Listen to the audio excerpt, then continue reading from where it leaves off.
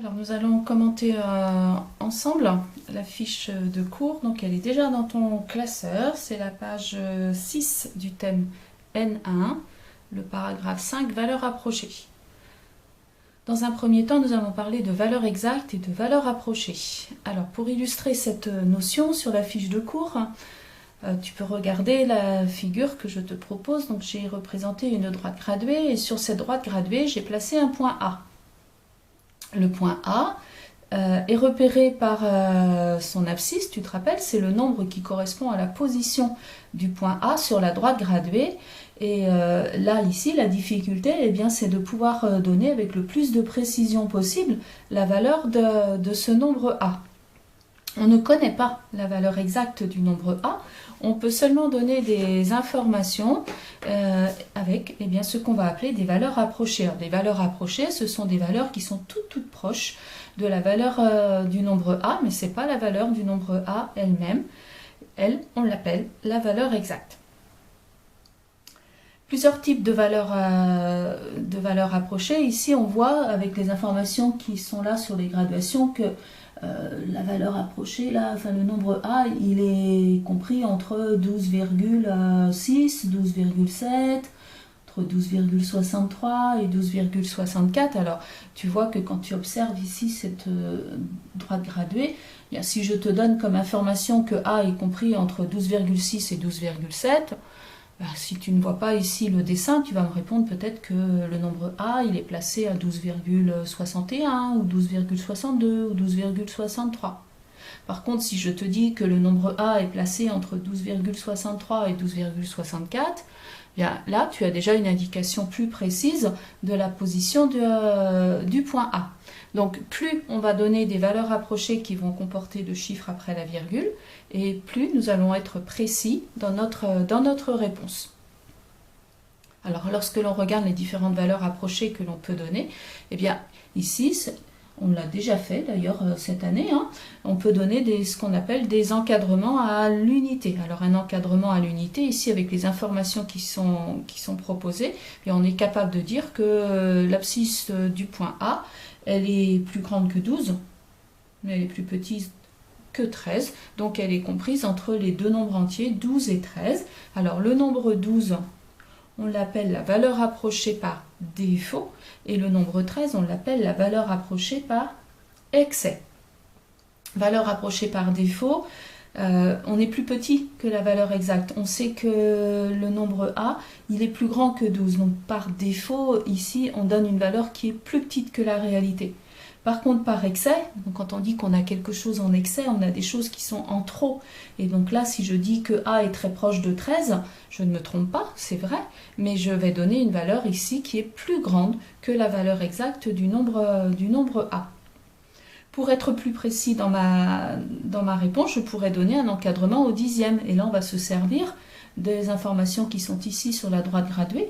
On va pouvoir dire que le nombre A, il est compris entre 12,6 et 12,7. J'ai bien un encadrement au dixième. Ici, j'ai bien une précision d'un dixième entre les deux nombres qui sont indiqués ici. 12,6, c'est la plus petite des valeurs que l'on a données, donc on va l'appeler la valeur approchée par défaut. 12,7, nous allons l'appeler la valeur approchée par excès. On pourrait continuer, donc cette fois au centième. Donc au centième, on va donner deux chiffres après la virgule, et là on va pouvoir dire que l'abscisse du point A, elle est comprise entre 12,63, c'est ce que l'on voit sur le schéma qui nous est proposé, et 12,64. Et puis de la même façon que ce qu'on a fait précédemment, 12,63 c'est une valeur approchée par défaut, et 12,64 c'est une valeur approchée par excès. On va retenir le vocabulaire qui est important. Donc nous avons le terme valeur exacte, valeur approchée par défaut à l'unité, valeur approchée par excès à l'unité.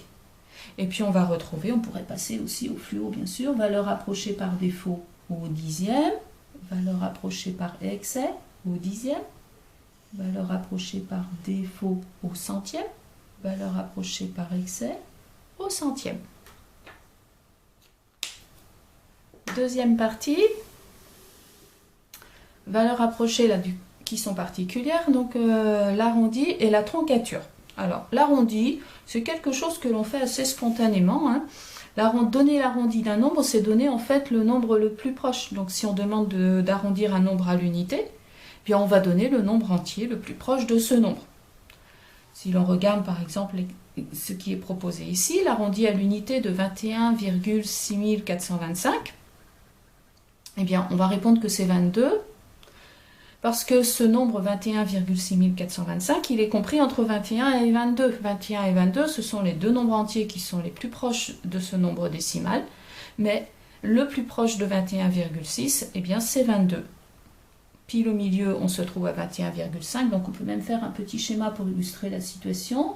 21, 22, je place juste au centre 21,5 et 21,6425, si je devais le placer, ben, il serait à peu près par là, 6425, et je vois bien que je suis plus proche de 22 que de 21.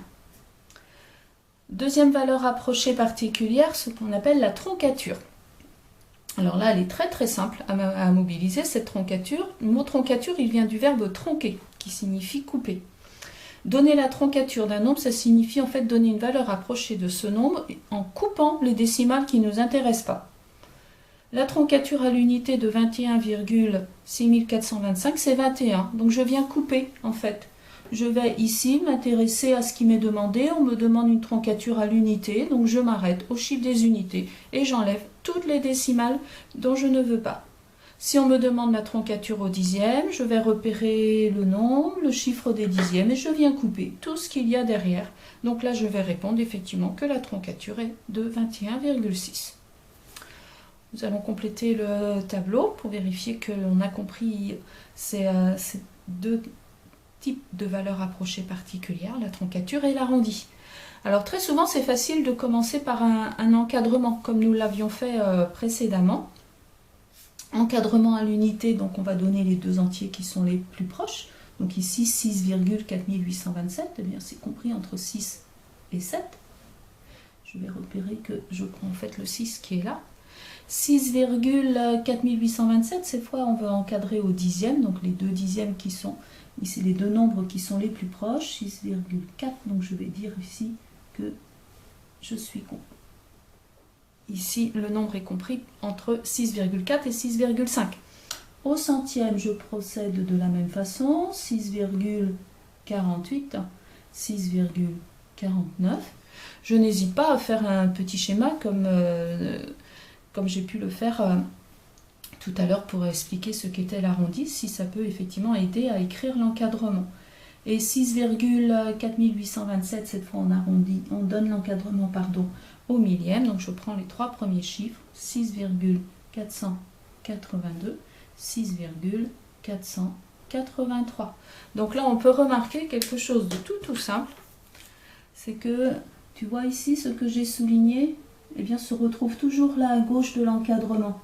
Et puis la valeur qui se trouve à droite, eh bien, elle est augmentée de 1 en fait, de 1 unité si on me demande l'encadrement à l'unité, de 1 dixième, regarde je suis passé de 4 à 5, de 1 centième si on me demande un encadrement au centième, donc je passe de 48 à 49, ou bien de 1 millième s'il s'agit d'un encadrement au millième, 6,482 plus 1 millième, 6,483.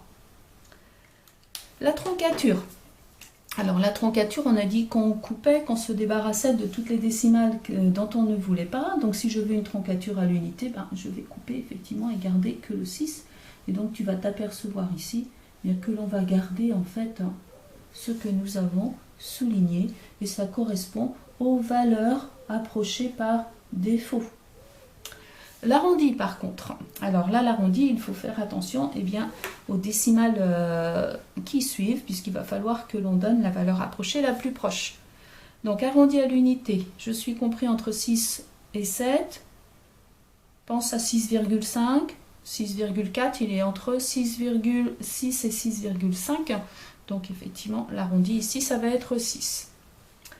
6,4 48 maintenant, je vais regarder donc ces deux chiffres-là après la virgule et me poser la question, est-ce que 6,48, alors on peut aussi imaginer que l'on rajoute les zéros ici pour nous aider à réfléchir. Et on va se dire que au pile au milieu, donc on se trouve à 6,45. 6,48, c'est plus grand que 6,45, donc je suis plus proche de 6,50, donc de 6,5. Au centième maintenant, donc je vais regarder en fait le 2 qui se trouve derrière, et avec le même raisonnement, je vais pouvoir dire que 6,482, c'est plus proche de 6,480 que de 6,490. Donc l'arrondi au centième est 6,48. Et on continue encore de la même façon. Au millième maintenant, donc là cette fois je vais regarder 6,4827 et me poser la question, est-ce que 4827 est plus proche de 4820 ou de 4830? Je peux toujours aussi penser à la position centrale, 4825. Et là, je vois effectivement que 6,4827 est plus proche de 6,4830. Donc la valeur arrondie au millième ici est 6,483. Voilà pour cette fiche valeur rapprochée. Donc on va passer au fluo, ce qui est à retenir. Arrondir un nombre à l'unité, c'est donner le nombre entier le plus proche. Puis après, toi, tu peux fabriquer la phrase avec arrondir un nombre au dixième, c'est donner le nombre au dixième le plus proche, et ainsi de suite. Et troncature, eh bien, vient du verbe tronquer qui signifie couper. Et là, on peut retenir simplement que troncature, donc on coupe le nombre. Voilà. Donc, prends le temps de bien apprendre cette leçon. Je te propose des exercices aussi ensuite pour t'entraîner. Et puis, n'oublie pas de ranger la feuille dans ton classeur.